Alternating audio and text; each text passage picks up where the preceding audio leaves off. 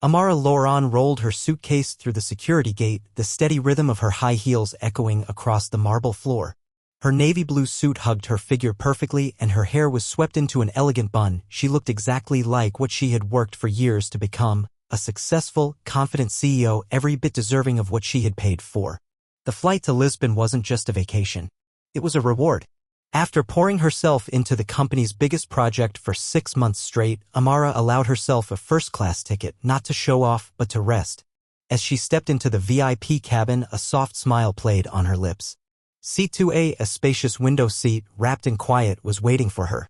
She fastened her seatbelt, took a deep breath, and began to relax.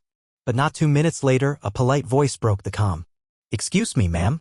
A flight attendant, blonde hair pinned up, her practiced smile almost reflective, gave a slight bow. Her name tag sparkled, "Clara. We need you to move to another seat." Amara tilted her head, one brow raised. "Sorry, is there some kind of mistake? This is my seat." She held up her boarding pass, the words 2A, first class, clearly displayed on her phone screen. Clara paused for a split second, then regained her smile. "There's no mistake. We're simply asking for your cooperation to move because another passenger needs the seat." Amara turned her head. A white man in a light gray suit, wavy hair, and a thin, unimpressive smile stood waiting behind Clara. Not elderly, no visible disability, just waiting to take the seat. "For what reason?" Amara asked, her voice calm but firm. "We're prioritizing a passenger with a tight connection," Clara said, avoiding eye contact. "I also have a connection. And I paid for the seat." Clara's expression stiffened. "Ma'am, we're just asking for your cooperation. It's only a seat." Amara gave a faint smile.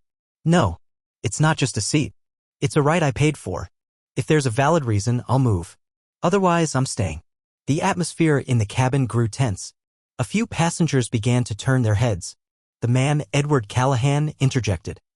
"You're making a fuss over something trivial. You should just give up the seat. It's that simple." Amara turned to him. Her voice was quiet but unwavering. "If it's that simple, then you can sit where you were assigned. I don't owe you kindness." From across the aisle, a middle-aged woman nodded. "She's right. This is a clear-cut situation." Clara stepped back, murmuring, "I'll call the supervisor." Minutes later, a middle-aged man with a striped tie entered, Mr. Whitman, the flight supervisor.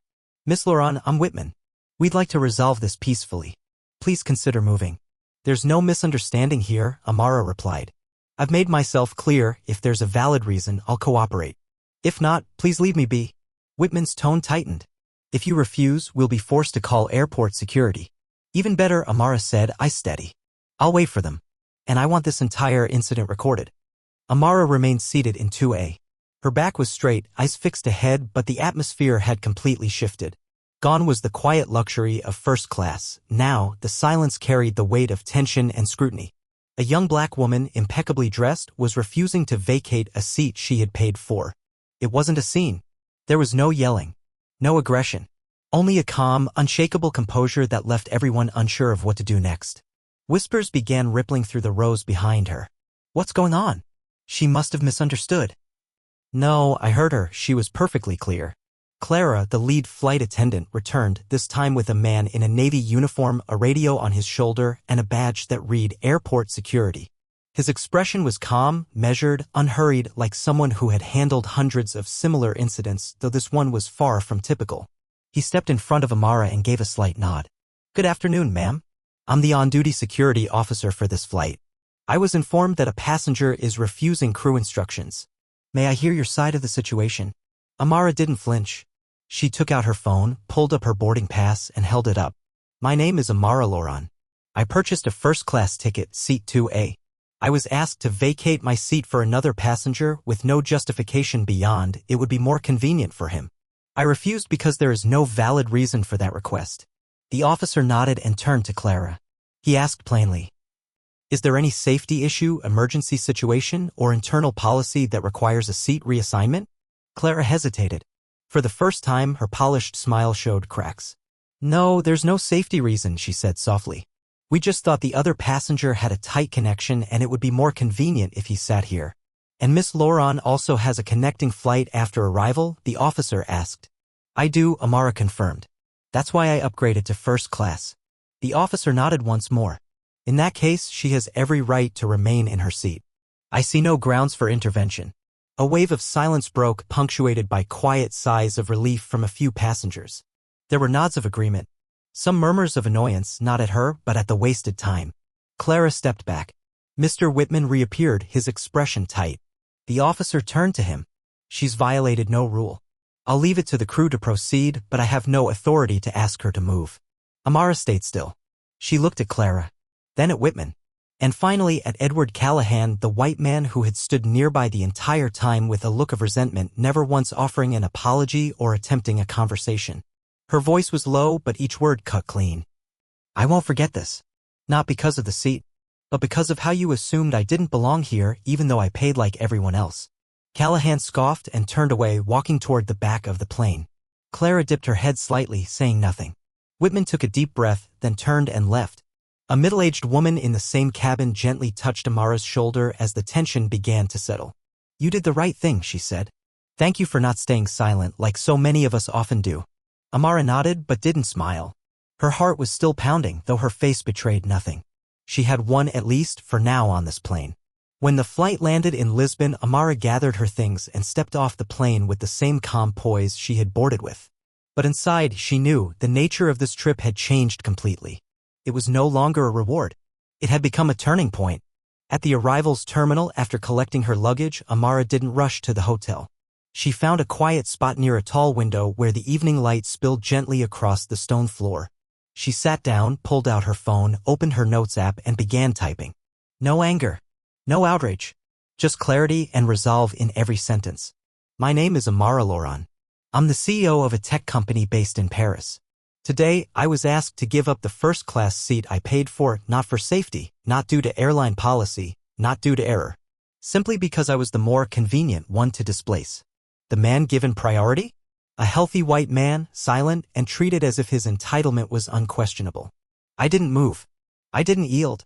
And I won't stay silent. She attached photos, her boarding pass, the cabin, her seat, and added a short caption. This is what many black travelers face. Quietly. But I won't be quiet anymore. Hashtag flying while black. Hashtag your voice, your power. The post was shared across all platforms, X, Twitter, Instagram, LinkedIn. 3 hours later, Amara opened her phone again and froze. Over 40,000 shares? Hundreds of comments from strangers, supporters, people sharing similar stories, people furious on her behalf. Thank you for not staying silent. This happened to me too, and I gave up my seat. You speak for millions who've been treated like an afterthought. They will be held accountable. And just like that, the storm had begun. 9 a.m. in Paris. Morning sunlight slid across the glass facades of high-rise buildings, casting long reflections onto desks, including the one in Amara Laurent's quiet Lisbon hotel suite, where her phone screen was still glowing nonstop. She sat in an armchair, untouched coffee cooling in her hand, her eyes fixed on the flood of notifications. Over 5,000 messages. 12,000 comments. Hundreds of interview requests. Her post, in less than a day, had become a lightning rod not only within the black community but also among journalists, politicians, activists, and public figures across the globe. The hashtag flying while black was trending across every major social media platform. A photo quote of her words, I didn't give up my seat, and I won't stay silent, was going viral, accompanied by an outpouring of furious, aching reflections. How many more times must we be pleasant just to be left in peace? Silence is a price we've paid too often. Amara didn't just keep her seat, she held onto dignity for all of us. On television, headlines blared. Black passenger asked to give up first-class seat, her response ignites social firestorm. The woman who said no, a clash with airborne discrimination. Morning talk shows lit up with debates. Was this an isolated incident, or merely the visible tip of a long-buried iceberg within the airline industry? Amara wasn't scrolling through compliments. She knew how quickly public attention could swing and how easily stories could be reshaped. What she cared about now were real consequences. And to make real change, she knew she had to control the narrative, not let it dissolve into a misunderstanding or be dismissed as personal grievance. She opened her laptop and drafted a formal email to the airline's complaints department, attaching photos, a written account, and a clear request for a response from leadership. I expect a reply from someone in a position of authority.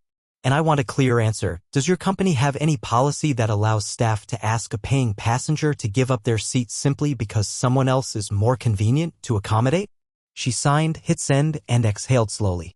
Meanwhile, at Velta Air's headquarters in London, the communications room was under pressure. A massive screen showed the trending hashtags. Hashtag flying while black. Hashtag boycott Velta Air. Hashtag Amara Laurent. Live metrics ticked upward. 20 million video views. 70,000 comments in 24 hours.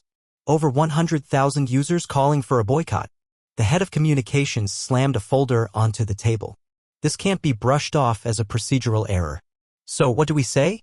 CEO Langston asked coolly. We admit to racial bias? Show me proof. Do we have camera footage? A junior staffer spoke up quietly. We do. And it shows Amara wasn't disruptive, she was calm and clear. As for Clara, the flight attendant, she comes off a bit forceful.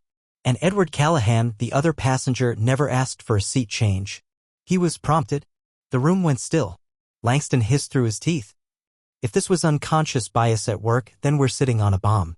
Back in Lisbon, Amara received the airline's first official reply. We apologize if your experience did not meet expectations.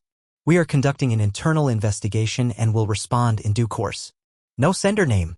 No actual apology. No accountability. No commitment. Amara wasn't surprised. But that kind of response, formulaic, evasive, and devoid of responsibility, was exactly what escalated the story to its next stage. This was no longer a personal act of defiance.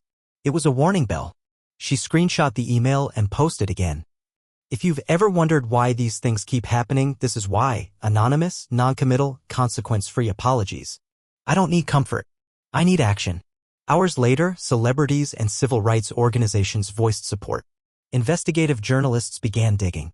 Former flight attendants, past passengers, even current airline employees messaged her anonymously. I've seen this happen. Not once. But everyone stayed quiet.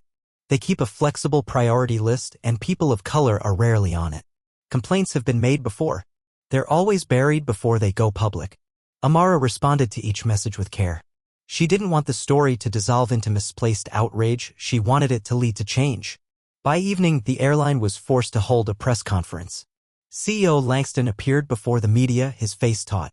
We regret the unfortunate experience encountered by passenger Amara Laurent. A full internal review is underway and appropriate actions will be taken. No admission of bias. No policy changes. No staff accountability. No names. The backlash was immediate. News outlets called it an apology for getting caught. Social media users decried it as hollow PR. Activist groups demanded transparency, disciplinary measures, and structural reform. And then Amara appeared live on a major civil rights organization's broadcast. She didn't fall into the trap of anger. Her voice was steady, low, and resolute. I'm not asking for revenge. I'm asking for responsibility. This is not about a seat. This is about how systems function day after day on the invisible tracks of bias and privilege. I'm not standing up just for myself. I'm standing up so that whoever comes after me won't have to stand alone. The audience held their breath. And then they roared. 3 days after Amara Laurent's first post, Velta Air's London headquarters was no longer an office. It was a trench. Senior executives were no longer discussing revenue or quarterly planning. Every meeting room was now booked solid under document titles that read, Crisis Response, Public Relations Damage, Risk of Class Action. On Monday morning, a major shareholder group sent a formal letter demanding that the executive board address the reputational and financial impact of the incident, as the company's stock had dropped nearly 6% since Friday. Business headlines were blunt. Velta Air, one seat, a fracture in the system. Outside headquarters, hundreds of silent protesters gathered, holding signs that read, We pay to fly, not to be diminished. If VIP seats aren't for everyone, they're for no one.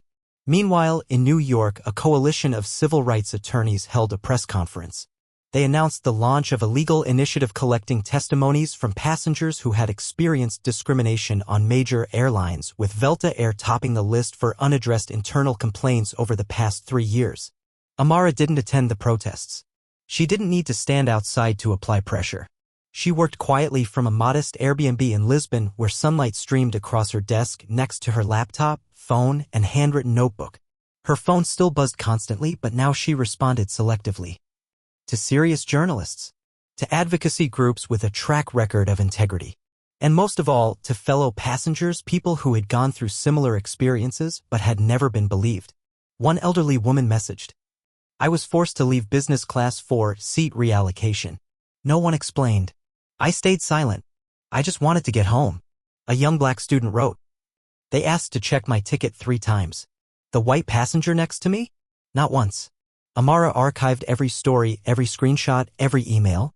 She forwarded them to a legal advisory team helping her compile a formal complaint to the European Union Aviation Safety Agency (ESA) and the EU Human Rights Commission.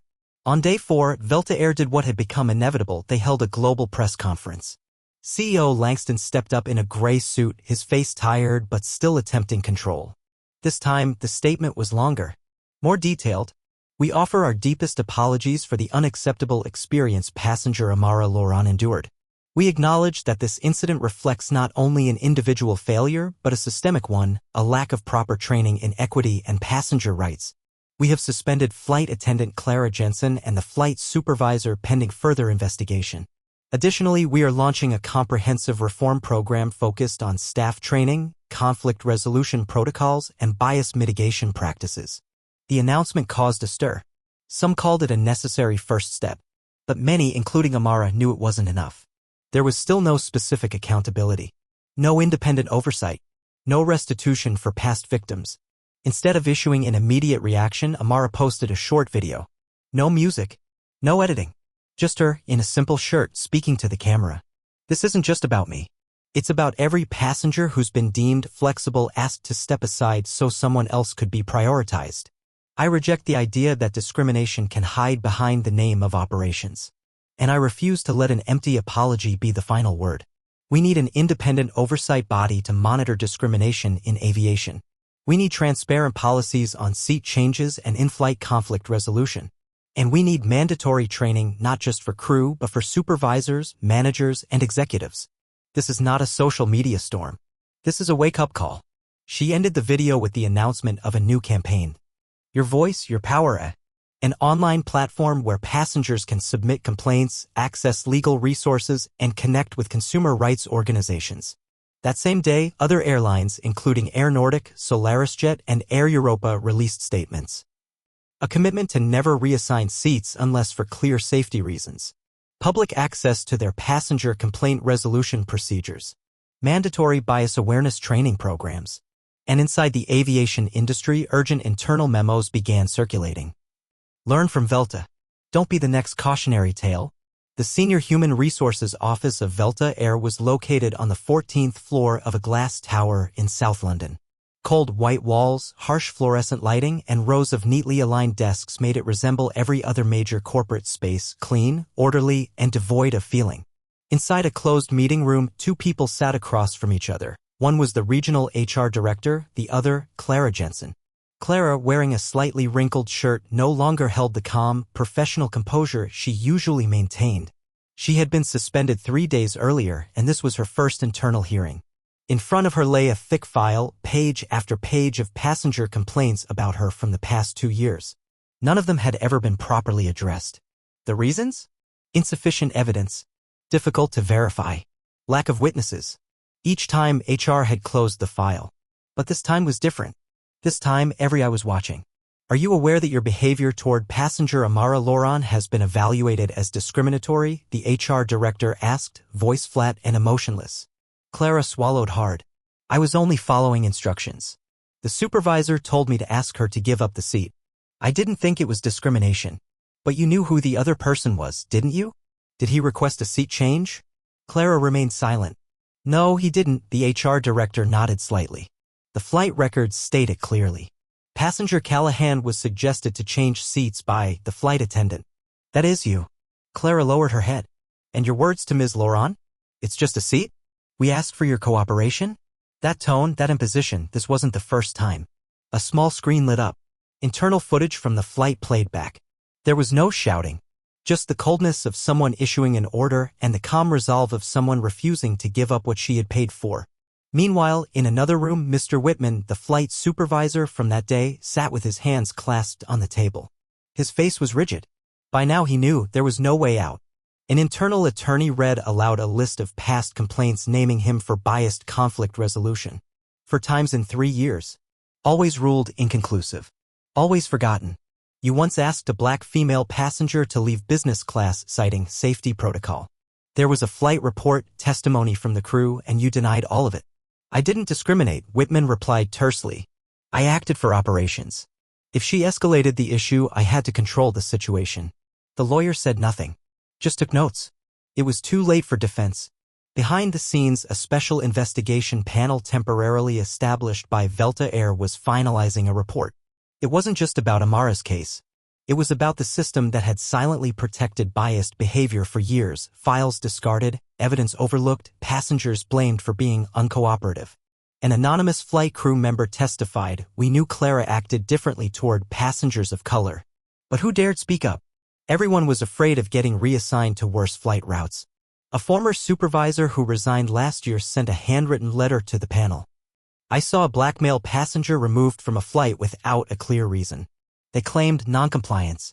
I sat 3 rows away. All he asked was, "Why do I need to move?" That was it. Amara was briefed on the preliminary findings. She didn't express joy. There was no satisfaction, just a slow, steady nod. The truth was beginning to surface. And she knew this was only the first layer. On social media, the hashtag #YourVoiceYourPower campaign Amara founded had collected more than 12,000 real stories from passengers around the world within a week. A volunteer team of lawyers, data engineers, and independent journalists was working to compile, verify, and legally assess each case. An interactive digital map displayed all the hotspots, airports, flight numbers, airlines where passengers had reported discriminatory treatment. Users could filter by location, year, and response outcome. Amara called it the map where silence broke. On the 10th day after the incident, Velta Air issued a public statement. Official dismissal of Clara Jensen and Whitman for serious violations of professional conduct and service ethics.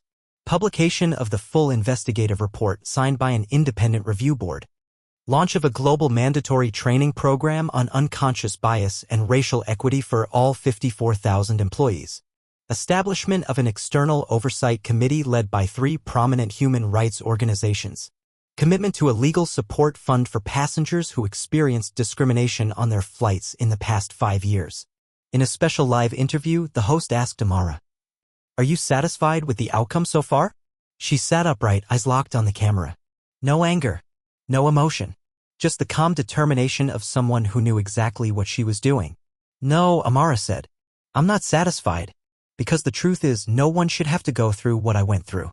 And if there hadn't been public pressure, if I didn't have a platform to speak out, I might have been dismissed, like all those who came before me. But I'm proud, not of myself, but of the many who are now stepping out of silence. We can't change a system if we keep pretending it doesn't exist." 3 weeks after it began, the rage had quieted. Not because people had forgotten, but because that wave had become an underground current, steady, forceful, and with direction.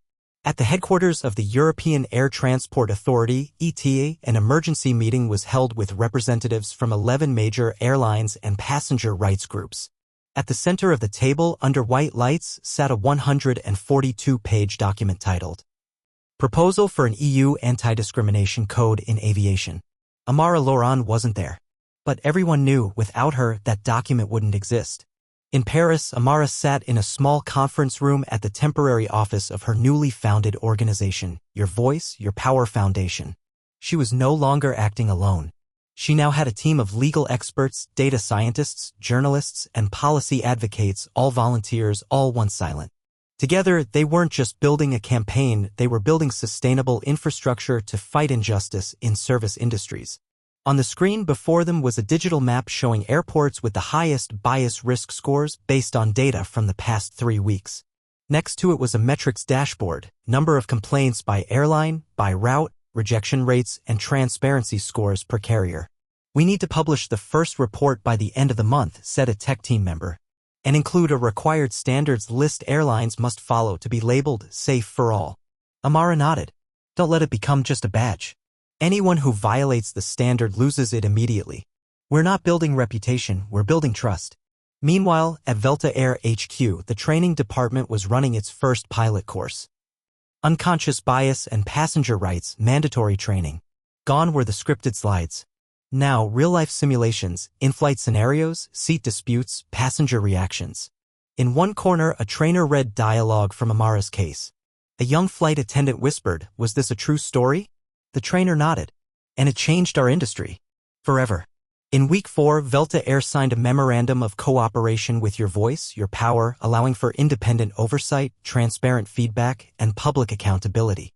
It was the first time a European airline had granted a civil rights group internal access on issues of bias. In a video announcement, CEO Langston spoke slowly. "We failed. And we know no apology is enough without action. From now on, every report of bias, no matter how small, will be investigated not by us but by a neutral party. That's the cost of trust." In the comment section, thousands remained skeptical. But this time, there was a difference.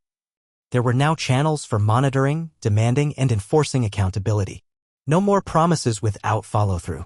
Amara knew every system carries inertia. She didn't aim to bring it down in one day. She chose a single point and cracked it open. And from that crack, light began to seep in. 3 weeks after everything began, the waves of public outrage had settled. Not because people had forgotten, but because the fury had transformed into an underground current, steady, resilient, and with direction.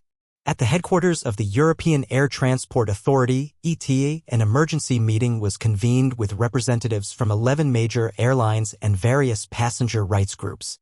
At the center of the conference table, under stark white lighting, sat a thick 142-page document with a title printed boldly on the cover. Proposal to establish an EU anti-discrimination code in aviation. Amara Laurent wasn't present, but everyone in the room knew, without her, that document wouldn't exist. In Paris, Amara sat in a small meeting room inside the temporary office of her newly formed organization, Your Voice, Your Power Foundation.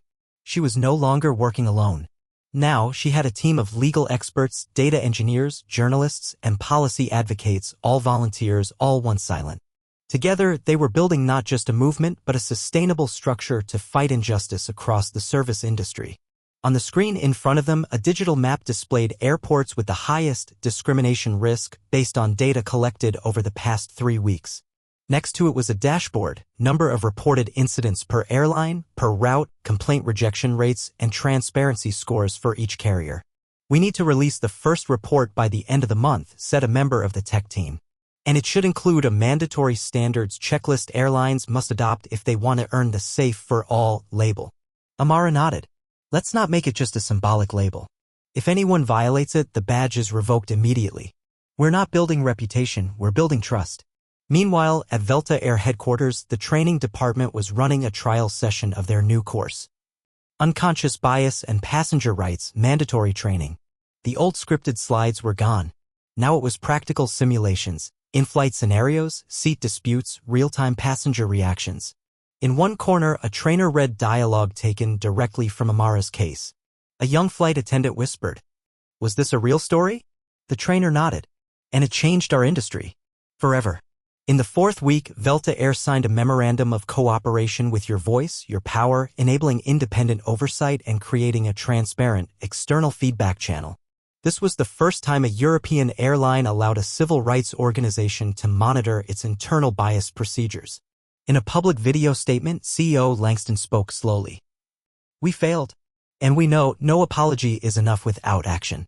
From now on, every report of bias, no matter how minor, will be investigated by an entity beyond our chain of command. That is the price of trust." Thousands of people still responded with skepticism in the comments. But this time, something had changed. There were now systems in place to monitor, demand, and enforce accountability. No more empty promises. Amara understood, every system carries inertia. She hadn't set out to fight the entire machine in one day. She had chosen one point and cracked it open. And from that crack, light began to seep in. Another airline, SolarisJet, voluntarily announced a new policy. All seat change requests must now include written justification from a supervisor, and passengers may refuse the request if it is not related to safety. They also launched a passenger rights commitment card publicly displayed at every seat. The French government launched an official investigation into previously ignored complaints at 4 major domestic airlines. For the first time, a black member of parliament stood and addressed the National Assembly. If a seat can symbolize exclusion, it can also symbolize change. Not because the seat matters, but because the right to remain in your rightful place, unquestioned, is the foundation of human dignity. On day 30 after the incident, Amara received an unexpected message from Edward Callahan, the man in the gray suit who had stood waiting to take her seat in the VIP cabin. The message was short. "I stayed silent on that flight. and I regret it. If I can help make it right by testifying, I'm willing to. I just didn't know what to say, and I chose silence. I'm sorry. Amara stared at the message for a long time. She didn't respond right away. But in her heart, she knew this is the hardest thing to change, not policy, but perception. And when perception begins to shift, the system can no longer remain still. 6 weeks after the incident on that fateful flight, Amara Laurent's story was no longer confined to European media. It had crossed the Atlantic. In Atlanta, a local TV station covered the case. Not as an unusual story, but as a familiar echo. If you're a person of color who's flown commercially, you know this feeling, standing in the front row and being looked at like you don't belong there. That same week, the hashtag #FlyingWhileBlack appeared on digital billboards at major U.S. airports: JFK, O'Hare, LAX, Miami. Beneath it was a simple message. You bought the seat. You earned the right. Don't let anyone take it away. Amara hadn't orchestrated it herself. This was the power of millions who saw themselves in her story. They didn't need to know her name. They just needed to know she didn't stay silent. At a civil rights conference in Johannesburg, a young activist stepped onto the stage, holding up an old boarding pass. His voice trembled. I was once forced to leave my seat due to a system error. I stayed silent, but because of her, I've started rewriting that story. And I know I'm not the only one. In Tokyo, a group of students developed an app called Equal Seat, allowing users to record flight experiences, leave fairness ratings, and file reports of discrimination by airline crew. In Rio de Janeiro, an indigenous woman launched a network called Voando Justo, Flying Fair, offering free legal assistance to indigenous passengers denied boarding or forced to change seats without cause. By then, Amara was no longer alone. The Your Voice, Your Power office had grown into 3 small branches, in Paris, Toronto, and Nairobi. The data was publicly accessible. Monthly reports were released consistently, translated into 6 languages. The Passenger Justice Charter initiated by her team had been signed by over 30 airlines in just 2 months. In a live interview with BBC World News, the host asked the question everyone wanted to know. How did something so small, a single seat reassignment, become a global movement? Amara paused for a few seconds, then answered, because it was never small. To those who live with privilege, a seat is just a seat.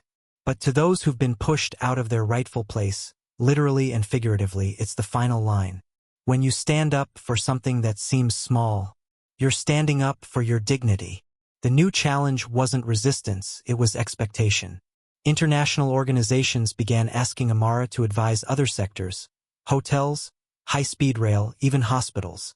She met with CEOs, ministers, legal scholars. Everyone wanted to learn from her model. But Amara stayed cautious. She knew real change didn't come from slogans printed on walls. It came from daily operations, where bias was often disguised as experience and injustice was repackaged as efficiency. In one meeting, a colleague told her, "We're finally being invited to the table. This is our chance to shape the rules." Amara nodded, but she also knew, once you're seated at the table of power, you must choose to represent the people or to become part of the system that once silenced you. In week 8, a special event was held in Brussels. The first European Parliament hearing on passenger rights in the context of unconscious bias and exclusive service culture. Amara was invited as the lead witness.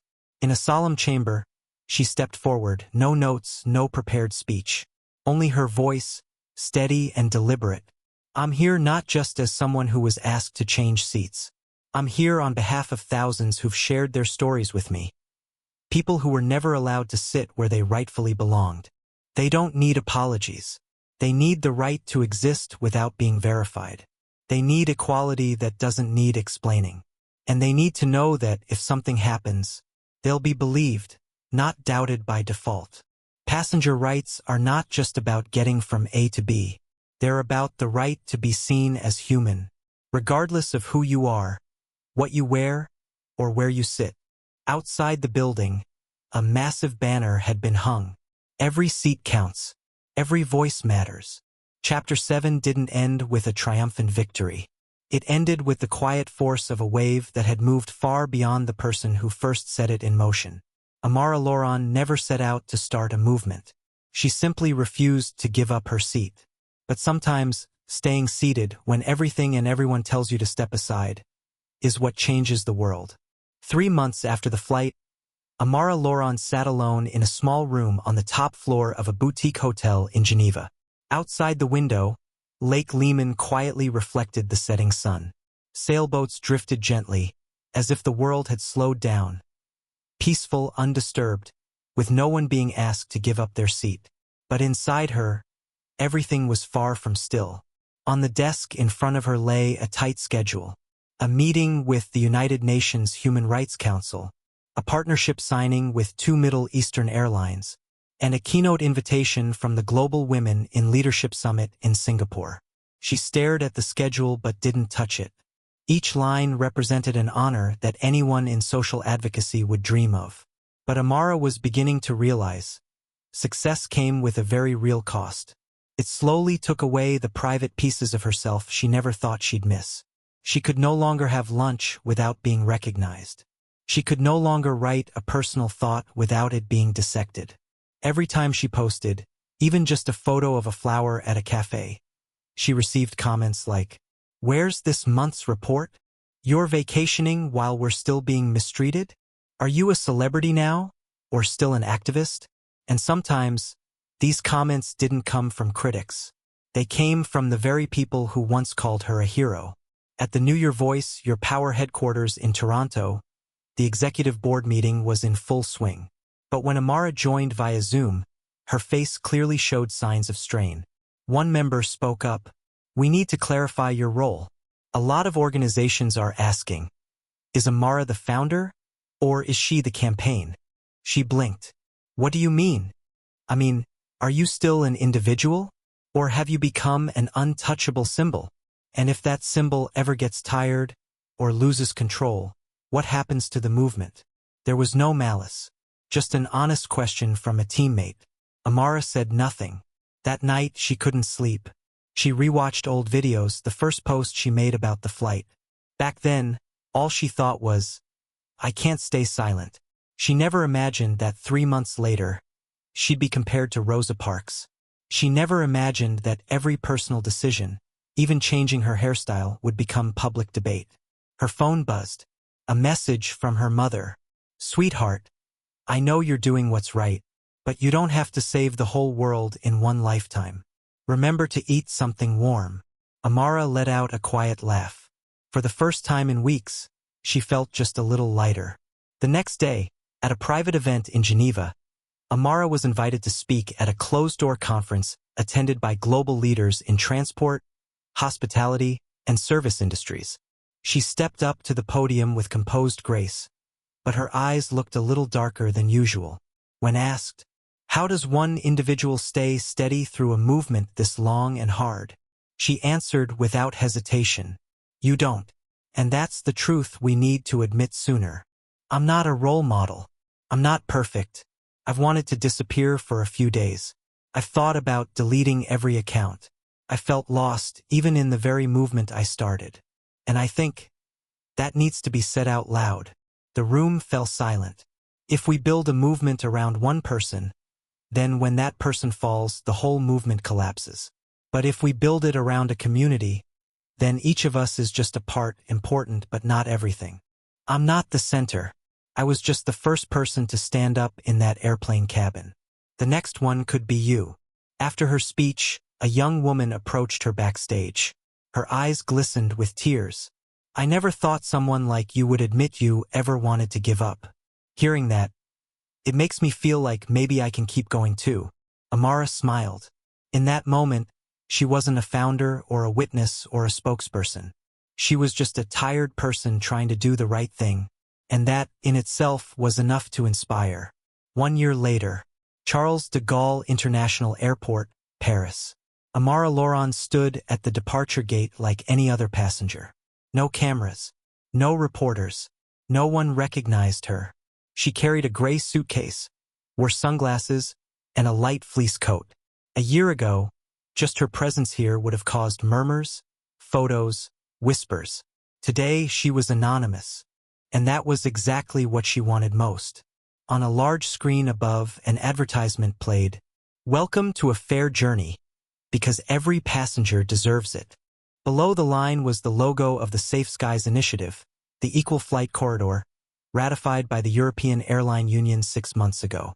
It had originated from the initial proposal by Your Voice, Your Power, and now it was binding law. All EU airlines were now required to follow transparent, justified seat reassignment procedures, with documented reasons, the right to refuse, and an independent complaint system.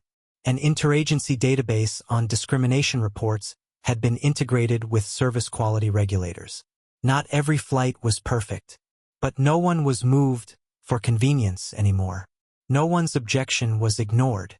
In a cafe near the terminal, a group of young flight attendants were studying the new guidelines. One of them pointed to the behavior manual, where a familiar quote was printed, "The right to remain in your rightful seat is not a privilege. It is the bare minimum of dignity." "Who wrote this?" one asked. Another smiled.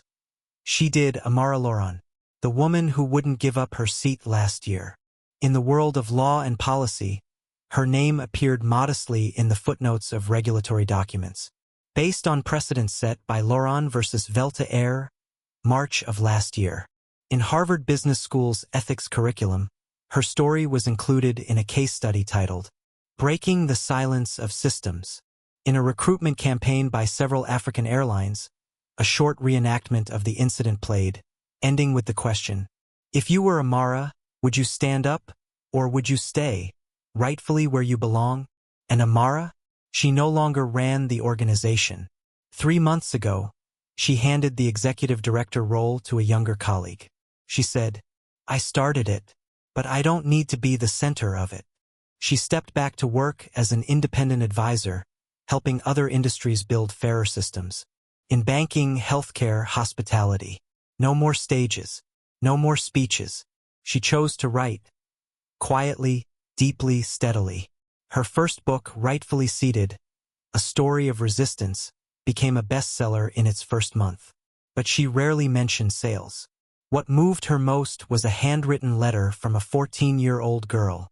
"I've never been on a plane, but because of your story, I know that when I do sit somewhere I deserve, I have the right to stay without apologizing for being there." The flight called for boarding. Amara slipped the book into her bag, walked onto the plane like anyone else. She found her seat, 3F, business class, placed her luggage in the overhead bin, sat down, fastened her seatbelt. No one asked her to switch seats. No one questioned whether she had paid for the ticket.